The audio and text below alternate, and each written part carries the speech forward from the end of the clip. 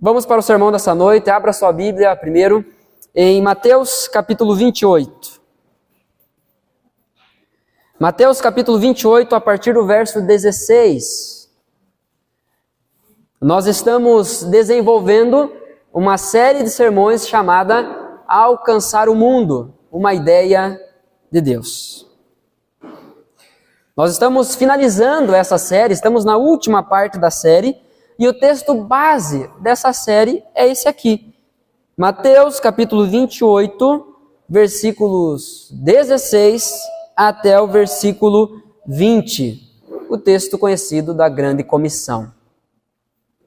Tem alguém entre nós que não tem Bíblia? Não é que esqueceu de trazer, é não tem. Alguém não tem? Vem cá, Eduardo, vem cá.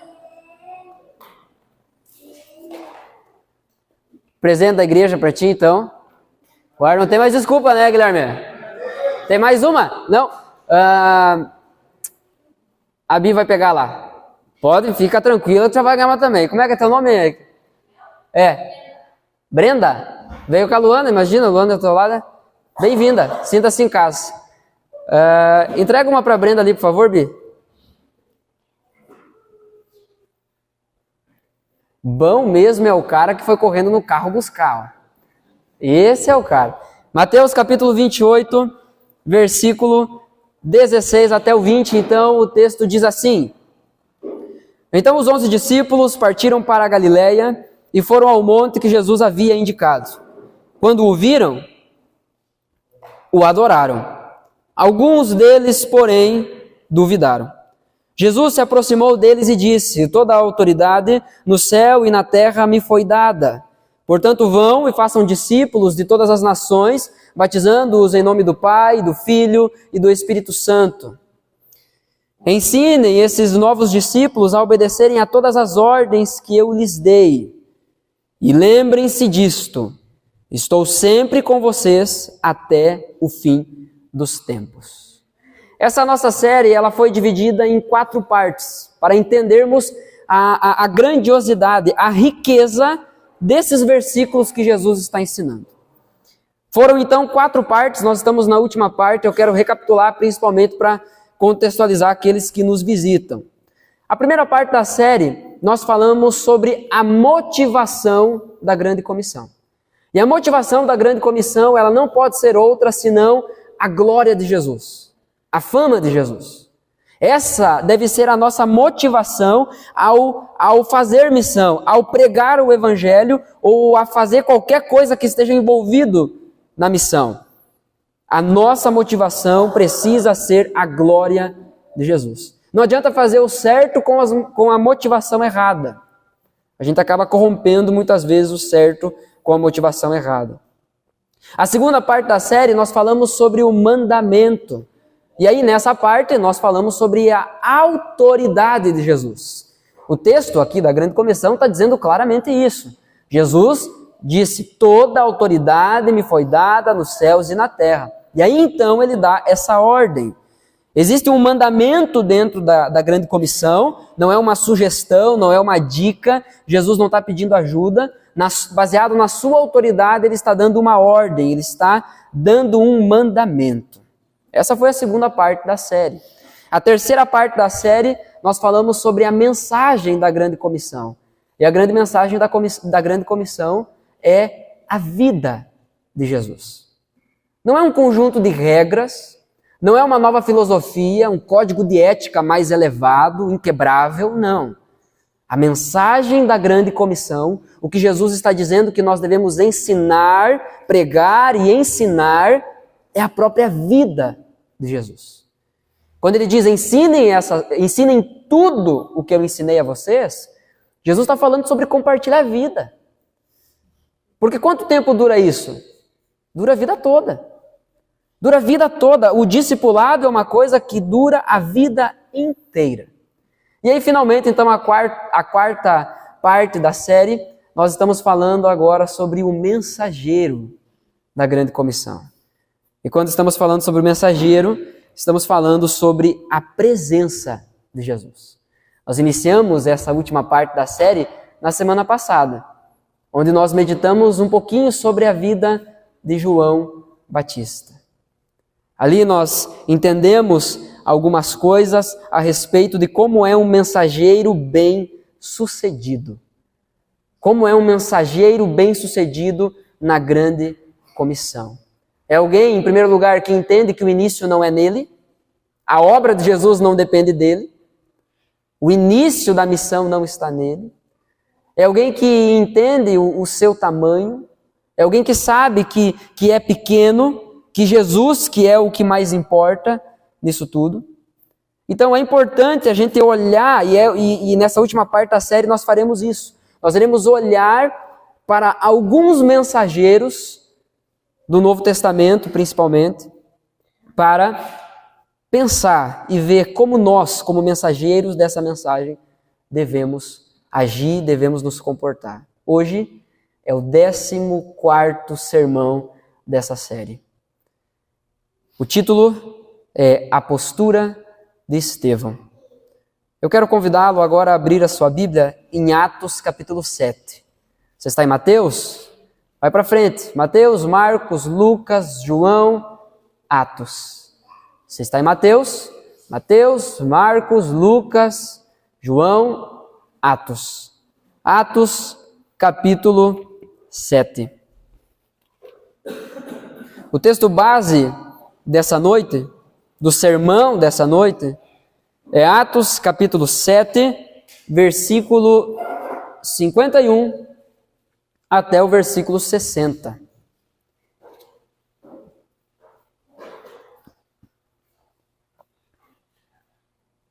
Atos capítulo 7, versículo 51, e nós faremos a leitura até o verso 60. Quem achou diz amém. Quem não achou ainda diz misericórdia. Engraçado o misericórdia que sai, né? Sai uns misericórdias. Vamos lá, mais 5 segundos então.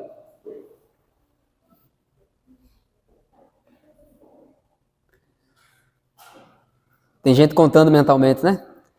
A partir do verso 51 diz assim: Povo teimoso, vocês têm o coração incircuncidado e são surdos para a verdade. Resistirão para sempre ao Espírito Santo?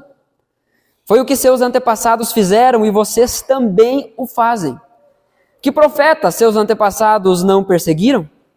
Mataram até aqueles que predisseram a vinda do justo, a quem vocês traíram e assassinaram. Vocês desobedeceram à lei de Deus, embora a tenham recebido das mãos de anjos. Os líderes judeus se enfureceram com a acusação de Estevão e rangiam os dentes contra ele.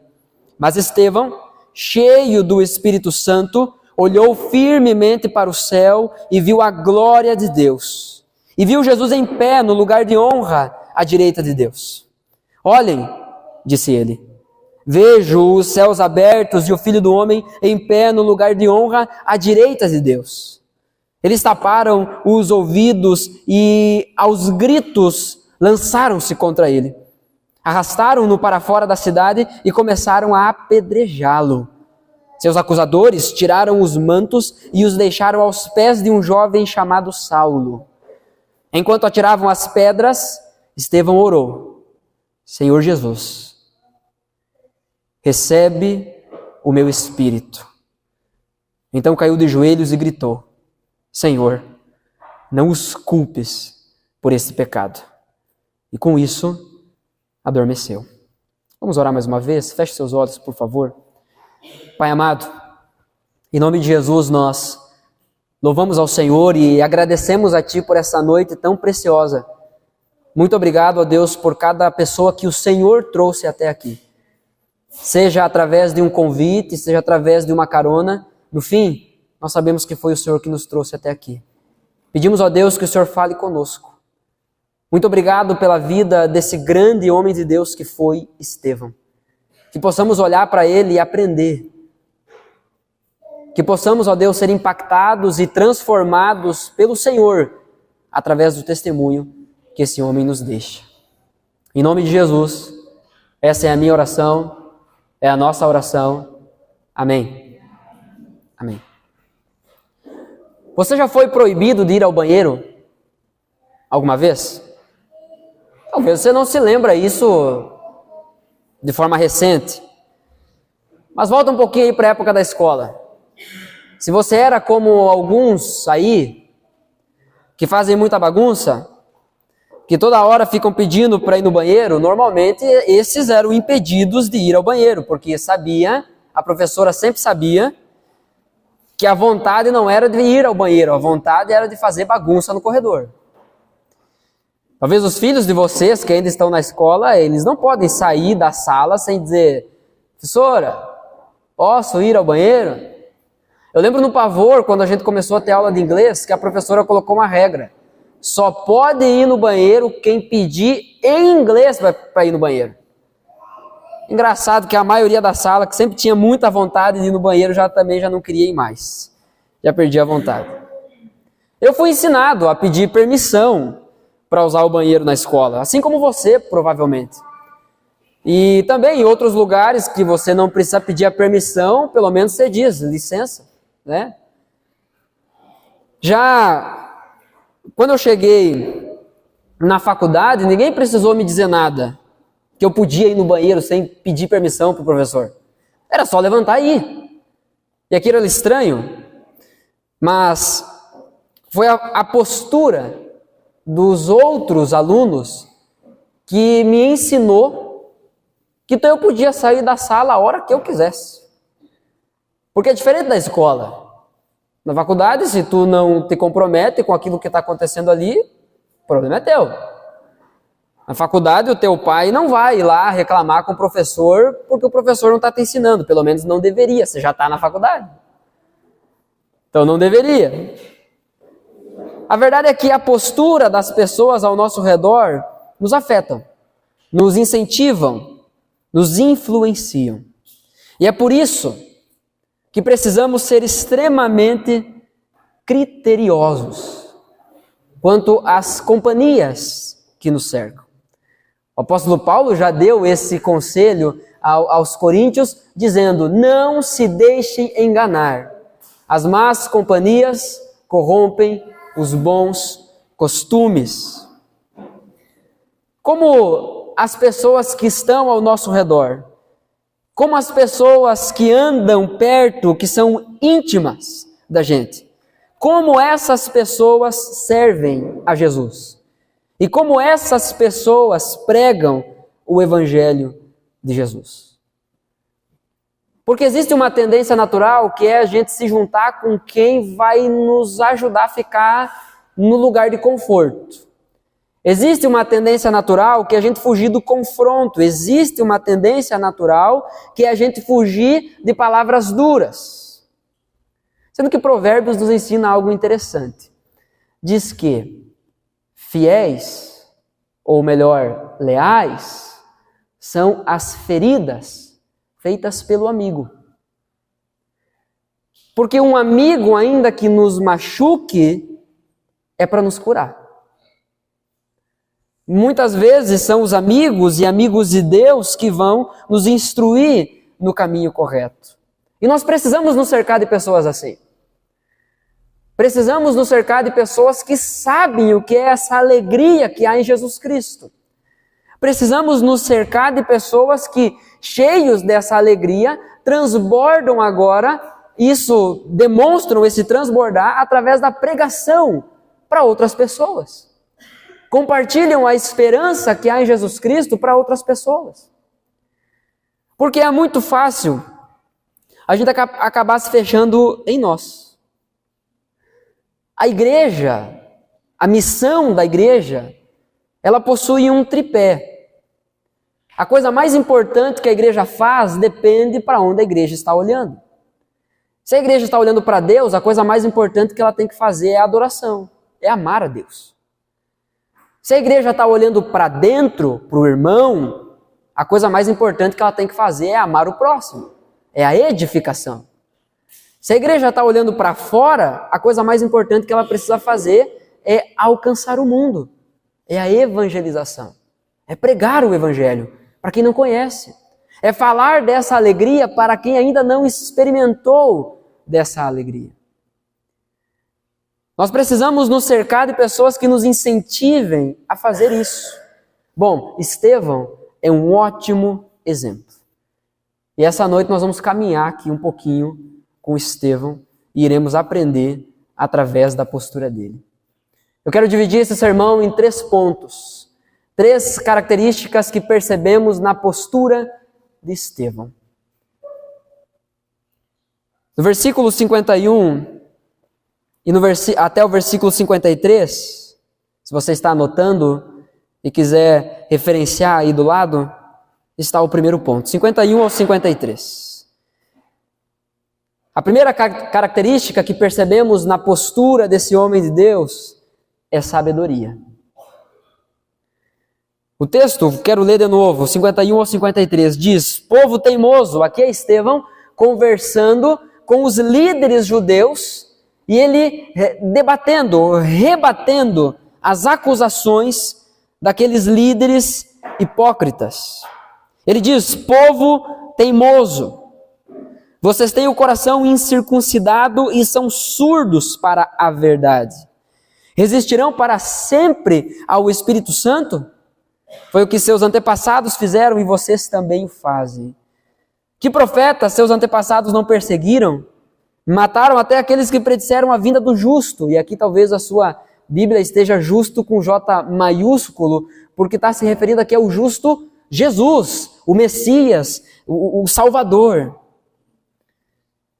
Então mataram até aqueles que predisseram a vinda do justo, a quem vocês traíram e assassinaram, está dizendo Estevão. Vocês desobedeceram a lei de Deus, embora a tenham recebido das mãos de anjos. E não quer dizer aqui que seja literalmente da mão de um anjo, tá? Mas a linguagem aqui se refere a de que a lei, a palavra de Deus veio do céu.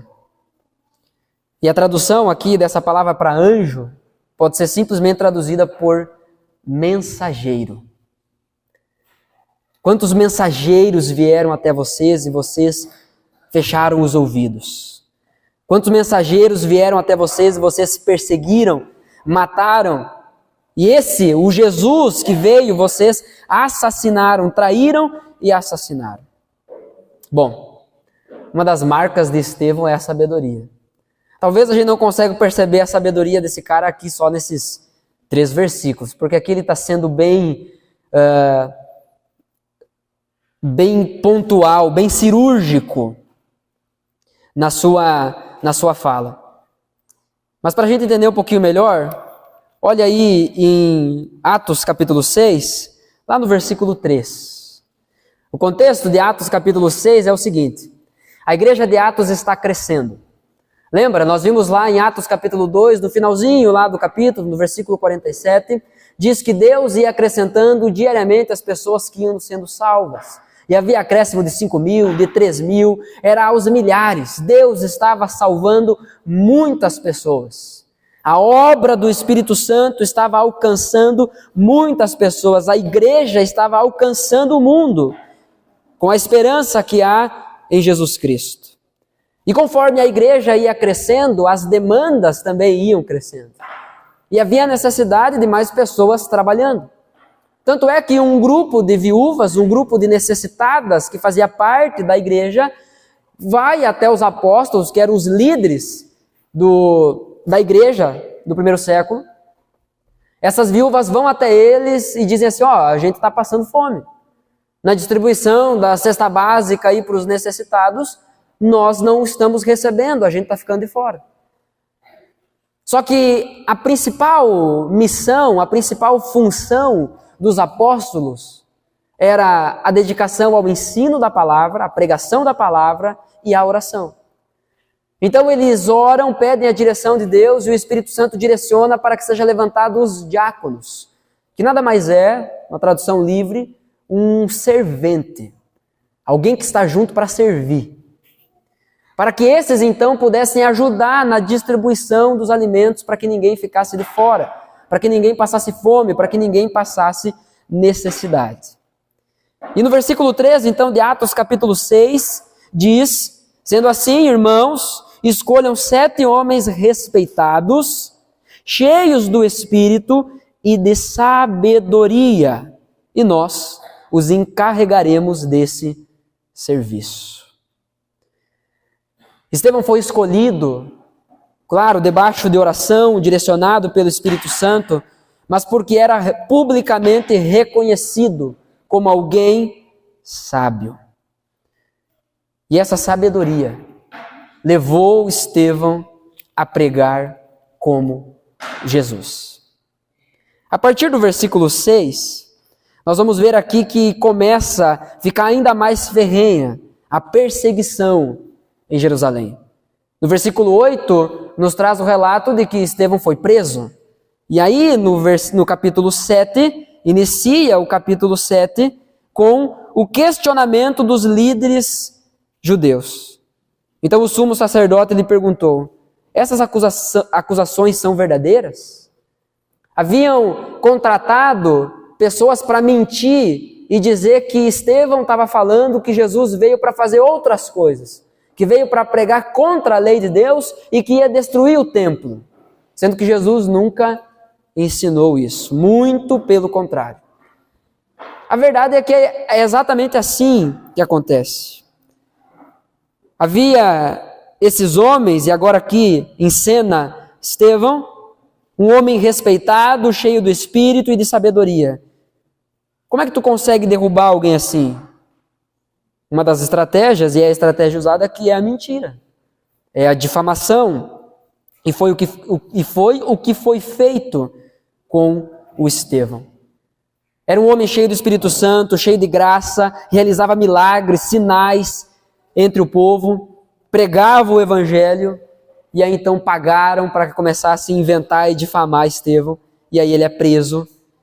E aí perguntam para ele: essas acusações são verdadeiras? No versículo 2, até o final do capítulo 7, praticamente até o final do capítulo 7, é a resposta de Estevão. Percebam que Estevão podia simplesmente dizer assim, sim, ou não tudo. Mas a resposta de Estevão é um sermão. A resposta de Estevão é uma pregação. Essa sabedoria de Estevão fez com que Estevão pregasse como Jesus.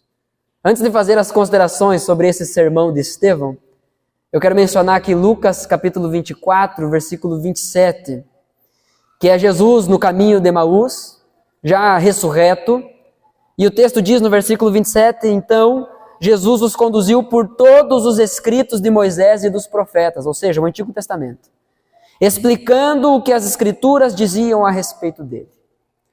Quando aqueles 2 discípulos no caminho de Emaús estavam desanimados, tristes porque o mestre tinha morrido, Jesus não tenta convencer eles se revelando simplesmente, dizendo, sou eu, acordem. Não, Jesus prega para eles. Porque é através da palavra de Deus que essa fé seria fundamentada e seria verdadeira. E é exatamente isso que Estevão faz. De improviso, Estevão pregou o maior sermão registrado em Atos.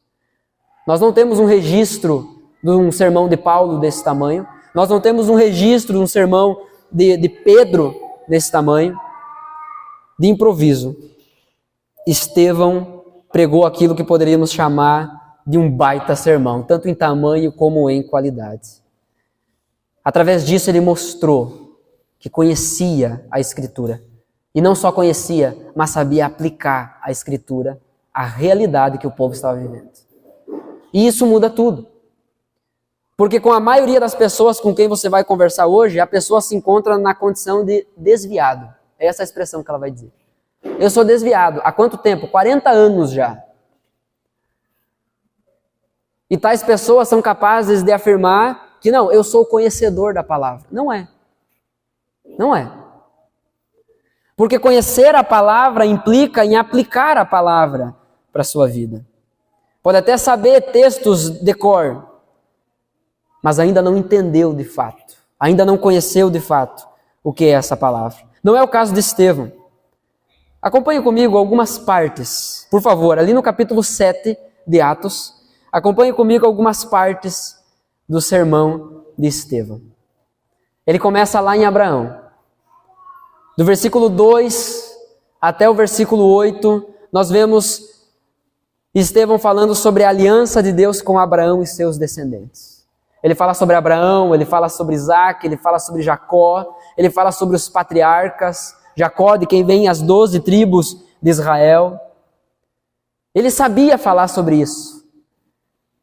No versículo 9 até o versículo 16, nós vemos Estevão falando sobre José, que é vendido ao Egito e depois salva todos os povos ali da época da fome, da seca.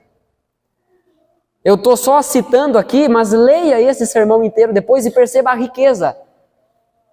Estevão foi questionado e ele soube, com a sabedoria do Espírito Santo, explicar todo o trajeto do povo de Deus até aquele momento específico da história que eles estavam vivendo em Atos.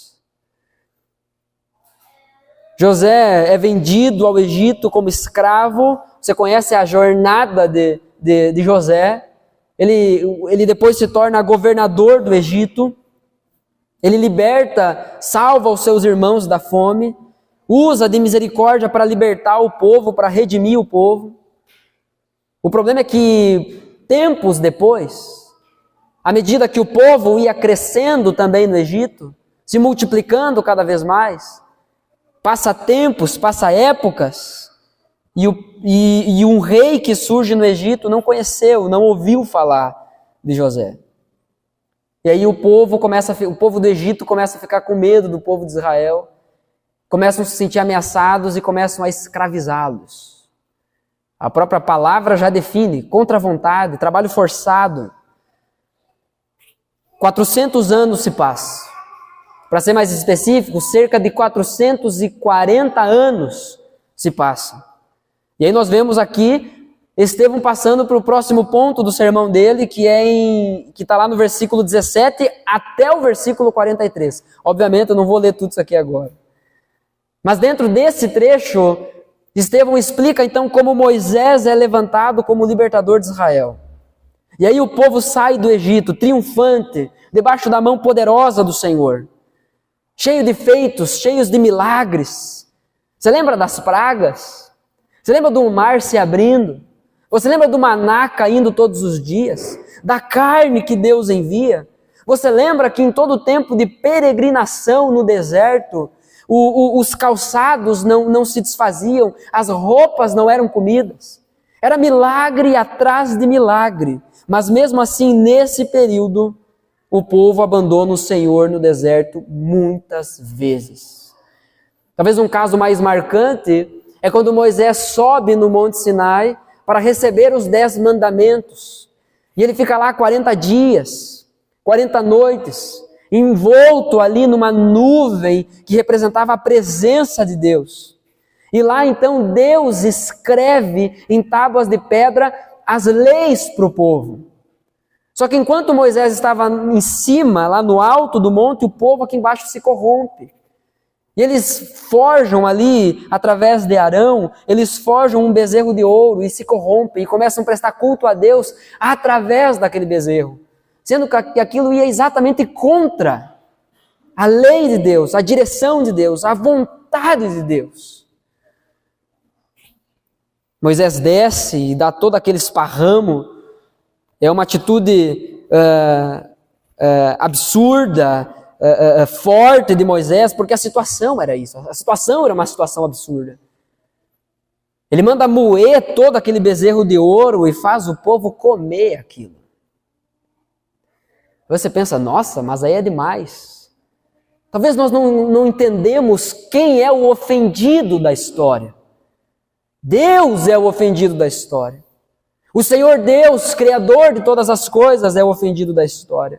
Aquele que pegou um povo que não era nada, que pegou o menor povo, o mais fraco, talvez até o mais feio, que não tinha beleza, não tinha algo que atraísse. Pegou esse povo e transformou no seu povo. E esse povo se volta contra ele, se volta contra o Deus Todo-Poderoso. Quando nós achamos que a consequência do pecado, ela é muito dura, é porque nós não entendemos o tamanho da dureza do pecado, da gravidade do pecado. Deus é misericordioso conosco. Ele enviou Jesus para nos dar a esperança, para nos entregar a salvação, sendo que podia simplesmente nos mandar para o inferno. E ele seria completamente justo em fazer isso, porque é o que nós merecemos por causa dos nossos pecados. Mas Deus tem misericórdia do povo. Moisés sobe de novo no monte. Agora não é Deus que escreve, agora é Moisés que tem que escrever nas tábuas de pedra. E volta, e ali nós temos os 10 mandamentos. Você conhece a história, o povo se perde muitas vezes, o próprio Moisés peca contra Deus. O próprio Moisés não entra na terra prometida porque tomou uma atitude que não santificou, que não glorificou, que não exaltou o nome de Deus da maneira que deveria diante do povo. E aí no versículo 44 e 45, então, de Atos 7, Estevão fala sobre o sucessor de Moisés, que é Josué. E ali ele fala sobre a conquista da terra prometida. Ele encerra, vai caminhando para o fim do seu sermão, no versículo 46 até o versículo 50, quando ele fala sobre Davi e Salomão. Fala que Davi planeja a construção do templo e Salomão efetivamente constrói o templo, um lugar onde Deus teria como representação de sua morada. Por que é importante a gente entender isso, irmãos? Porque ao ser questionado sobre uma coisa a seu respeito, Estevão não se preocupa em falar a seu respeito. Ele usa isso para pregar a respeito de Cristo. E a verdadeira pregação vem da palavra de Deus revelada. Ele não fica inventando coisa. Ele faz toda essa recapitulação da história do povo de Deus para poder olhar para esses líderes e dizer: vocês são um povo teimoso mesmo, né? Porque começou lá em Abraão, Isaac, Jacó, José,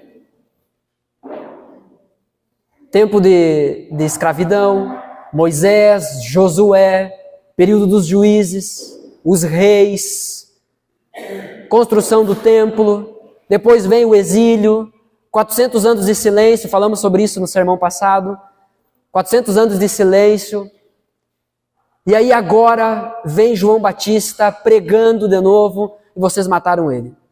E aí veio Jesus, o próprio Filho de Deus, o Salvador, o Messias prometido, vocês traíram ele e assassinaram ele. A verdadeira pregação vem da palavra de Deus. Você quer ser um mensageiro bem-sucedido? Aprenda com a postura de Estevão. Tenha sabedoria do alto. Leia sua Bíblia. Estude sua Bíblia. Porque assim, quando você for pregar, você pregará a Bíblia. O grande problema da pregação hoje é que tem muita gente pregando suas próprias experiências e expectativas. São pregações cheias de eu acho.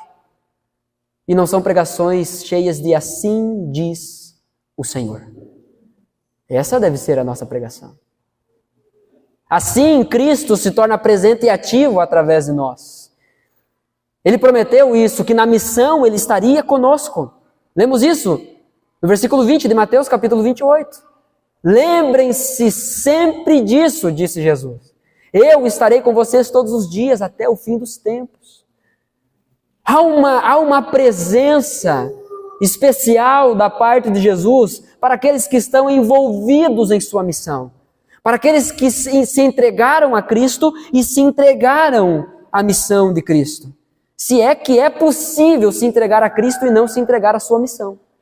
Se é que é possível permanecer cruzados, de braços cruzados, diante das necessidades da pregação do Evangelho. Diante das necessidades das pessoas que estão se perdendo diante dos nossos olhos. Será mesmo que é possível alguém que realmente entregou sua vida a Cristo permanecer calado, quieto, vítima da sua personalidade? Será mesmo que é possível? Bom, se você tentar fazer isso cheio de si, aí é. Mas o que nós vemos sobre Estevão é que era um homem cheio do Espírito Santo. Atos capítulo 1:8 fala: vocês receberão poder quando descer sobre vocês o meu Espírito Santo. E aí vocês se tornarão minhas testemunhas. E pregarão em Jerusalém, na Judéia, na Samaria e até os confins da terra. É como se Jerusalém fosse aqui São Luís Gonzaga. Judéia fosse o estado. Samaria, um estado vizinho. E os confins da terra, obviamente, é o resto do mundo. E é o que a gente vê acontecendo. A perseguição promove isso. Os seguidores de Jesus Cristo se espalham. E o Evangelho se espalha junto. Segunda característica que percebemos na postura de Estevão está no versículo 54 até o versículo 58 de Atos 7. E a segunda característica é coragem. Porque tem que ter coragem para fazer o que Estevão fez. Ele, mais do que ninguém, mostra que sabia que depois de tudo aquilo que ele falou, ele também seria morto. Vocês mataram os profetas. Vocês mataram João Batista. Vocês mataram o próprio Jesus. Estevão não esperava um fim diferente para ele. Olha o que diz o versículo 54 até o 58. Os líderes judeus se enfureceram com a acusação de Estevão e rangiam os dentes contra ele. Essa é a postura da maioria dos religiosos, daqueles que não gostam de se arrepender quando confrontados dos seus pecados. Rangem os dentes. Sabe, começa a franzir a testa aqui, ó. Algumas traduções, inclusive, vão dizer: vocês são um povo de dura cerviz. Essa é a ideia. Quando confrontados com os pecados, não aceitam. Procuram justificativas, explicações, ao invés de procurar o Pai em secreto para arrependimento. Eles rangiam os dentes contra Estevão. Raiva, era isso que tinha no coração deles. Ódio, era isso que tinha no coração deles. Essa é uma das maneiras de reconhecer um religioso. Alguém que parece com um crente, se veste como um crente, usa até perfume de crente, se é que existe isso. É um bom jeito de você saber se a pessoa é crente ou não. Confronta ela. Não é chegar da patada, né? Em amor. Na palavra. Confronta. E veja a reação. Se a resposta vai ser orgulho, ou será humildade, ou será arrependimento. Os líderes judeus se enfureceram com a acusação de Estevão. Como assim nós matamos o justo? Está acusando a gente de ter matado o Messias? Versículo 55 diz: mas Estevão, cheio do Espírito Santo, olhou firmemente para o céu. Ele não olhou para a cara dos religiosos. Olhou firmemente para o céu e viu o quê? A glória de Deus. E viu Jesus em pé no lugar de honra, à direita de Deus. E diz: olhem, ele diz para os líderes ali, para os hipócritas, os religiosos, ele diz: olhem, vejo os céus abertos e o Filho do Homem em pé no lugar de honra, à direita de Deus. Aqui está o segredo da coragem de Estevão. Aqui é de onde vem a coragem de Estevão. Ele não está olhando para as pessoas. Ele não está olhando para as circunstâncias. Ele está olhando firmemente para onde? Para o céu. E é lá que ele vê o Senhor dele. É lá que ele vê o Senhor Jesus Cristo sentado no lugar de honra, ou melhor, em pé, no lugar de honra à direita de Deus. Paulo, escrevendo a Timóteo, diz: chegará o tempo em que, ao ouvir a verdade, sentirão como coceira nos ouvidos e procurarão mestres para si mesmos. Olha o que acontece aqui no versículo 57. Eles taparam os ouvidos e aos gritos lançaram-se contra ele. Arrastaram-no para fora da cidade e começaram a apedrejá-lo. Seus acusadores tiraram os mantos, e esses mantos eram símbolo da posição que possuíam, do lugar que eles acreditavam que tinham em Deus. Tiraram os mantos e os deixaram aos pés de um jovem chamado Saulo. Essa coragem, vinda do Espírito Santo, levou Estevão a viver como Jesus. Essa experiência que Estevão teve nos é familiar. Lucas capítulo 3, versículos 21 e 22 diz: certo dia, quando as multidões estavam sendo batizadas, Jesus também foi batizado. Enquanto ele orava, o céu se abriu. E o Espírito Santo desceu sobre ele em forma corpórea como uma pomba. E uma voz do céu disse: você é meu filho amado, que me dá grande alegria. É dessa certeza de que os céus estão abertos, de que Jesus venceu a morte e está em pé à direita do Pai. É dessa certeza que vem a coragem de Estevão. A gente precisa entender que coragem não é ausência de medo. Mas o Espírito Santo é aquele que faz com que o medo não domine a gente. É o Espírito Santo que faz com que não sejamos travados pelo medo. Porque às vezes a gente tem medo. Não é vergonha somente. Às vezes a gente tem medo de pregar o Evangelho. Porque quanto mais o tempo passa, mais consequências surgem da pregação do Evangelho.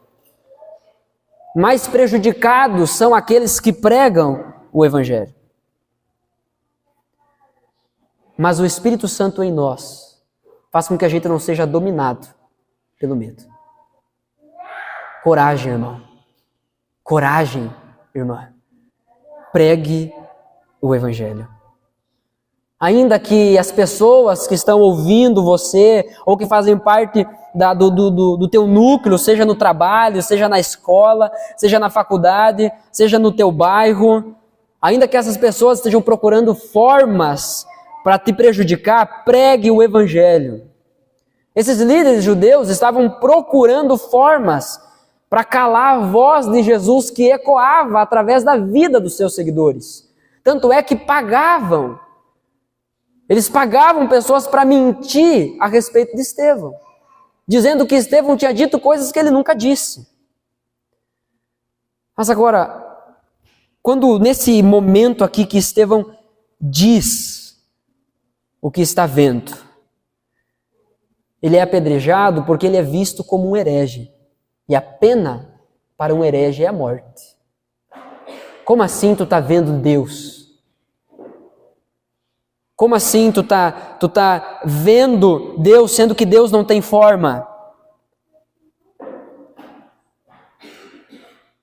João capítulo 1 vai dizer que no princípio era o Verbo, e o Verbo era Deus. Por meio dele todas as coisas foram criadas. Tudo que foi feito se fez por meio dele. Esse Verbo habitou entre nós, cheio de graça e de verdade. Esse Verbo, esse Deus, é Jesus. E é esse Jesus que Estevão vê.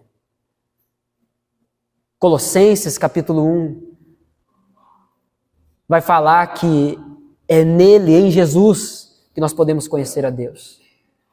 Hebreus vai falar sobre isso também, que ele é a exata expressão do ser de Deus.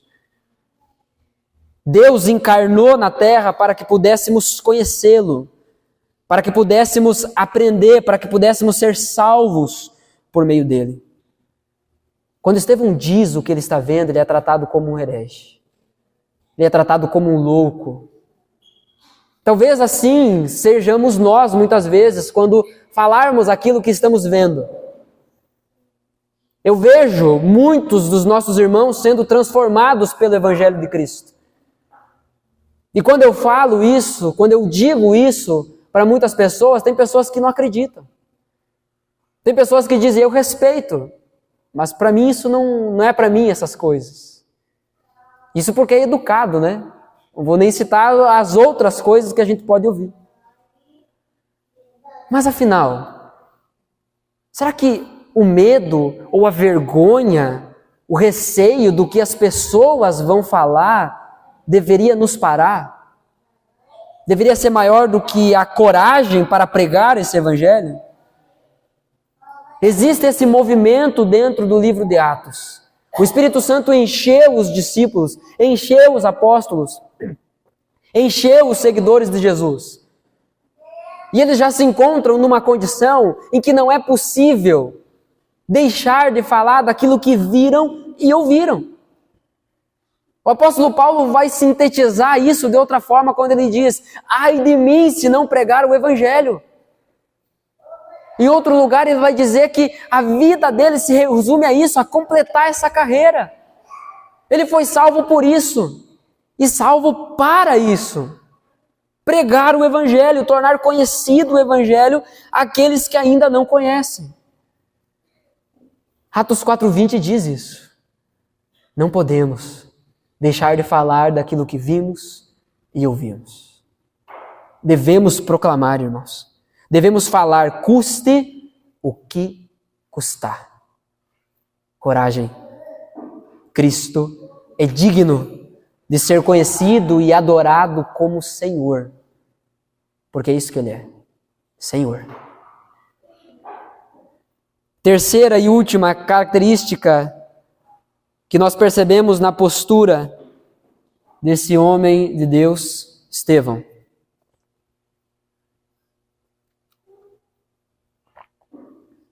Perdão. Versículos 59 e 60. A característica é essa, perdão.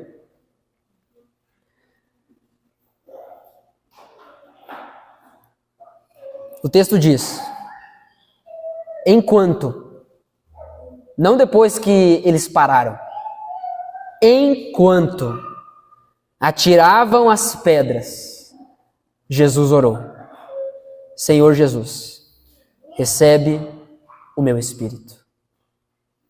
Sabe, é disso que vem a alegria. É por isso que nós somos capazes de cantar com verdade: sou feliz com Jesus, meu Senhor. É por isso que nós somos capazes de cantar sobre a alegria da intimidade, sobre a alegria da salvação. Porque nós sabemos que as nossas vidas estão nas mãos desse Jesus. Nós sabemos que Ele é poderoso para guardar muito bem aquilo que Ele nos prometeu. Sabemos que Ele é fiel e justo para nos guardar até o dia final. Sabemos que aquele que prometeu vai cumprir. Sabemos que se cremos nele, já passamos da morte para a vida. Já não somos mais condenados. Sabemos que por causa dele, nós podemos descansar que chegaremos até o fim dessa caminhada. Porque é Ele quem efetua em nós o querer e o realizar. Sabemos que aquele que começou a boa obra em nós vai completá-la até o dia de Cristo Jesus. Sabemos disso. Estevão sabia disso. É por isso que ele ora, enquanto atiravam pedras nele, enquanto o ridicularizavam, enquanto o tratavam como lixo, enquanto o tratavam como nada, ele ora e diz: Senhor Jesus. Ele não ora dizendo: me tira daqui. Ele ora e diz: Senhor Jesus, recebe o meu espírito. A minha vida está em tuas mãos. Então ele caiu de joelhos e gritou. Pensa no desespero desse homem, a dor desse homem. Nós não estamos falando de pedra brita que tem aí na frente que se atira para machucar ou de brincadeira. Nós estamos falando de pedras que eram juntadas para matar. Pedras que se acertam em determinado lugar na cabeça, tu desmaia. Era essas pedras que estavam atingindo o corpo de Estevão. Ele cai de joelhos e grita. Grita o quê? Socorro, Jesus! Livra-me! Não. Ele grita: Senhor, não os culpes por este pecado. E com isso adormeceu, morreu. É enigmático esse texto. Como um homem consegue ser assim? Como uma pessoa consegue viver dessa forma? Já entendemos, Estevão era um homem cheio do Espírito Santo. mas ele tinha um referencial. O mensageiro, quando a grande comissão fala sobre o mensageiro, não está falando sobre indivíduos específicos, mas está falando sobre pessoas que carregam a presença de Jesus. E Estevão tinha isso. Ele tinha Jesus como sua referência. Você reconheceu essas palavras? Você já ouviu essas palavras saindo da boca de outra pessoa? Estevão morreu olhando para Jesus e chamando outros para olharem também. Em Lucas capítulo 23, versículo 34. Depois de ser crucificado, depois os dois ladrões terem sido crucificados ao seu lado, Jesus disse: Pai, perdoa-lhes, pois não sabem o que fazem. Estevão morreu olhando para Jesus. A sabedoria que ele tinha, a intimidade que ele tinha com a palavra de Deus fez com que escolhesse muito bem as suas últimas palavras. Ele não se preocupou em deixar uma frase impactante ou algum tipo de dito que ficaria como seu legado. Ele morreu olhando para Jesus e fazendo as outras pessoas olhar para Jesus também. Porque certamente, aqueles que estavam ouvindo ali, aqueles que não se arrependeram, certamente olharam para Estevão e pensaram: esse miserável ainda morreu dizendo o que Jesus disse. Eu não sei como você imagina a sua vida, o fim da sua vida. Eu peço ao Senhor que o fim da minha vida seja olhando para Cristo e fazendo outras pessoas olharem para Cristo também. Que ao ser ferido, apedrejado, insultado, você sangre Cristo. Você grite Cristo. Você chame por Cristo e proclame Cristo. Existe um texto muito famoso dentro da história da igreja, do qual eu quero citar apenas uma frase. O sangue dos mártires é a semente da igreja. Satanás tentou de muitas formas. Perseguição de fora, infiltração, maculando os de dentro, tentou matar, tentou colocar medo, mas quanto mais pessoas, e é o caso de Estevão, quanto mais pessoas morriam pela causa do Evangelho, mais pessoas se convertiam pelo Evangelho. A morte não é capaz de parar um homem de Deus. A morte não foi capaz de parar Estevão. O inferno jamais prevalecerá contra a igreja do Senhor Jesus. Que haja em nós, irmãos, tanto, mas tanto da pessoa de Cristo, que mesmo quando tentarem nos ferir, possamos olhar e fazer outros olharem para Cristo. Que a nossa reação seja a face de Cristo. O perdão que recebemos de Deus é o que nos capacita para perdoar os outros enquanto os outros nos ferem. É amar e ser amável enquanto estamos sangrando. Porque foi o que Cristo fez. E Ele é a nossa referência. Certamente o mensageiro que se comporta desse jeito terá um profundo impacto na vida das pessoas que o cercam. A igreja, portanto, é um lugar seguro para você errar. Pois existe perdão e existe graça aqui dentro. Amém? Existe perdão e existe graça aqui dentro.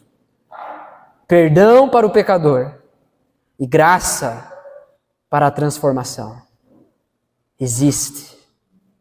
A igreja é um lugar seguro para pecar, não para você pecar livremente, mas para você pecar e ser tratado, ser corrigido, ser exortado, amado e conduzido para mais perto do Senhor.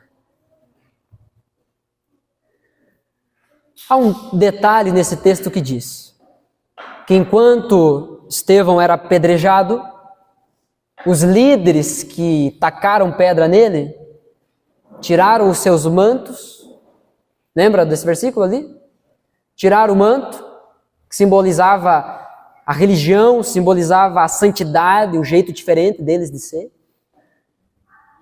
Eles tiraram e deixaram aos pés, não é que jogaram, deixaram aos pés, sob os cuidados de um homem chamado Saulo.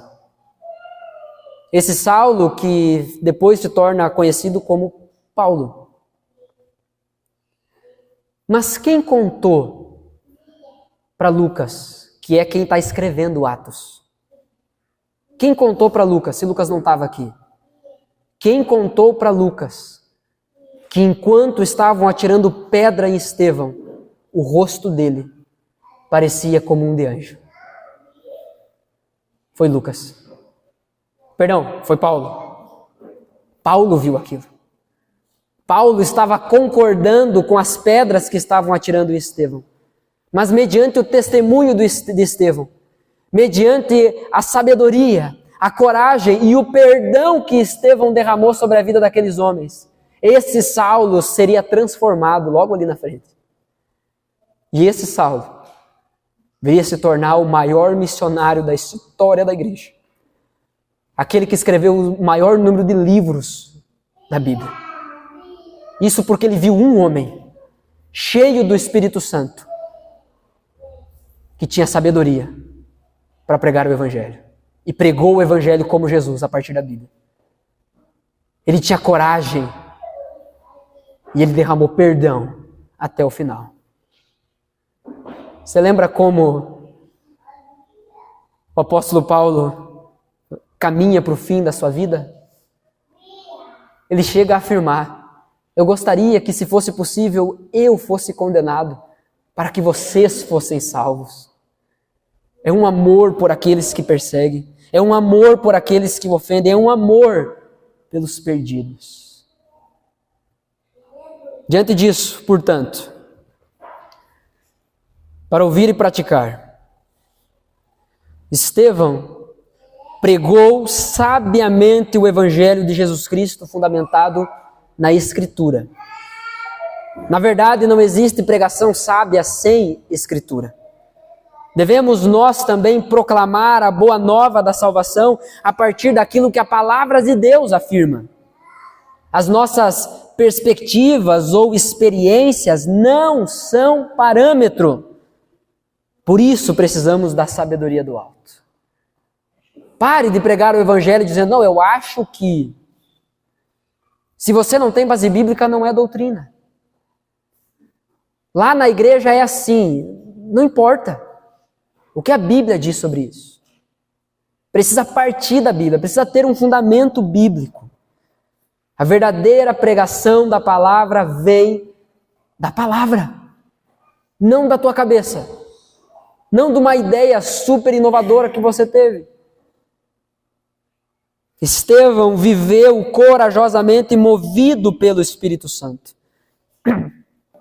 Que haja em nós uma postura de coragem para proclamar o Evangelho, mesmo e principalmente em situações ameaçadoras.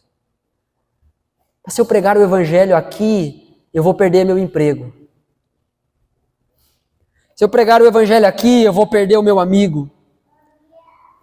Se pregar o Evangelho aqui, eu vou perder o meu filho. Se pregar o Evangelho aqui, eu vou perder a minha vida. A respeito disso, Jesus diz uma coisa interessante. Do que vale ganhar o mundo inteiro? Melhor emprego, melhor família, melhor vida. Do que vale ganhar o mundo inteiro e perder a sua alma? Aquele que quiser salvar-se a si mesmo, esse vai se perder. Mas aquele que perder a sua vida por amor ao meu nome, que é o caso de Estevão, esse encontrará a vida de verdade. Em nenhum momento da Escritura nós encontramos Jesus em pé à direita do Pai. Sempre é dito que Jesus estaria sentado à direita do Pai. Mas esse detalhe É como se Jesus estivesse em pé, dando a certeza para a esperança que Estevão tinha. Eu sei que eu fecho os meus olhos aqui e ele está me esperando, em pé. É isso que diz o Salmo 24. Jesus entrou nos portais eternos e abriu para nós. Todo aquele que crê será recebido também por Jesus. Que haja em nós uma postura de coragem para proclamar o Evangelho mesmo em situações ameaçadoras. É o Espírito Santo em você, Cristo em você, que fará a obra na vida da pessoa a qual você está pregando. Por fim, Estevão morreu piedosamente imitando o seu Senhor.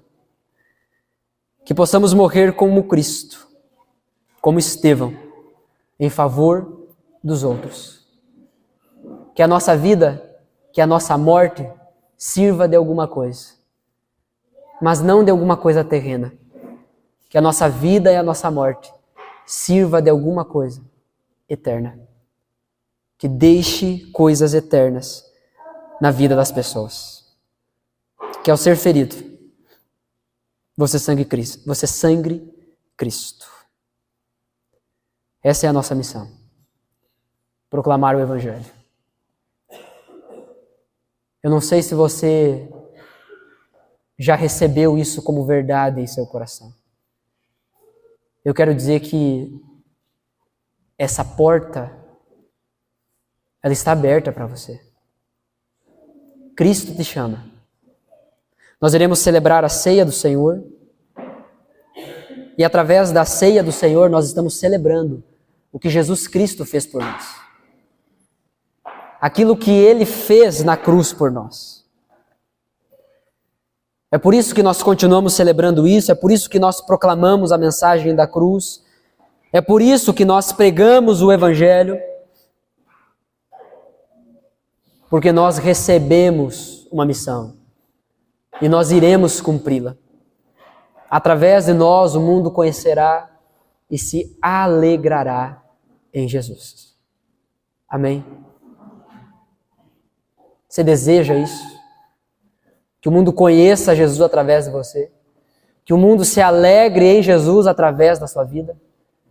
Então busque conhecer cada vez mais e se alegrar cada vez mais em Jesus. Quero convidá-lo a se colocar em pé para juntos orarmos.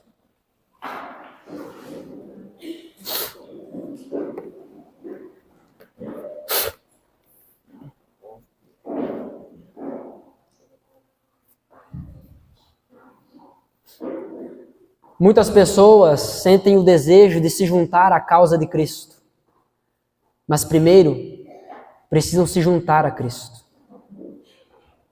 E a minha palavra é específica a você nesse momento, que ainda não se juntou a Cristo. O Senhor Jesus te trouxe aqui essa noite porque Ele te chama, porque Ele te quer, porque Ele te aceita. Deixe de lado as suas desculpas, vícios, dores e dificuldades. Não use isso como empecilho, venha com tudo isso. Porque é Ele que chama. E é Ele que trata. É Ele que cuida. Não adianta haver em nós o desejo de nos juntarmos à causa de Cristo enquanto não nos juntarmos a Cristo. Arrependa-se dos seus pecados e creia no Evangelho do Senhor Jesus. Esse Evangelho nós estávamos perdidos em nossos pecados, mortos por causa das nossas ofensas a Deus. Mas Jesus veio à terra e pagou o preço pelos nossos pecados. Ele morreu em nosso lugar. A cruz era minha, a cruz era tua. Merecíamos o inferno, mas Jesus pagou o preço e ressuscitou, para que houvesse em nós a esperança de ressuscitar também. Gostaria que você fechasse os seus olhos, eu quero orar com você nesse momento. E você que aí no seu coração entende que o Espírito Santo está te chamando, não para fazer alguma coisa,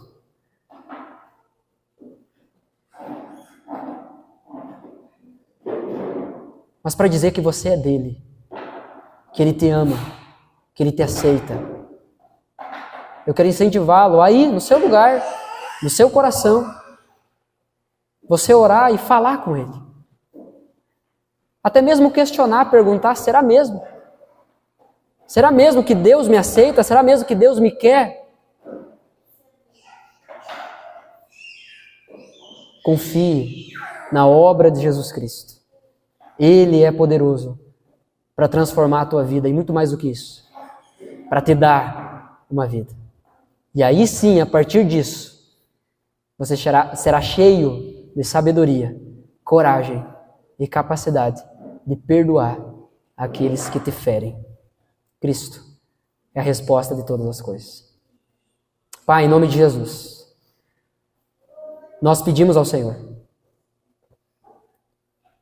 que o legado de Estevão fique gravado em nossa mente e que cause impacto verdadeiro em nosso coração. Que possamos, como ele, sermos mensageiros que carregam a presença de Jesus. Mas, Pai, que antes disso, possamos nos render completamente a Ti. Em nome de Jesus, eu imploro, Senhor, que Teu Espírito Santo nos convença dos nossos pecados, porque nós pecamos contra Ti. Nós mentimos, nós roubamos, nós somos imorais. Que o Teu Espírito Santo nos convença da justiça, que não é uma justiça pelas nossas obras, mas é uma justiça a partir daquilo que Cristo fez na cruz. Ele foi perfeito e não nós. Que o Teu Espírito Santo nos convença do juízo. Satanás já foi condenado. Satanás já está derrotado e juntamente com ele irão aqueles que não se arrependerem de seus pecados. Nos livra da condenação, Senhor. E coloca em nosso coração um coração que ama ao Senhor. Em nome de Jesus. Essa é a minha oração. É a nossa oração. Amém.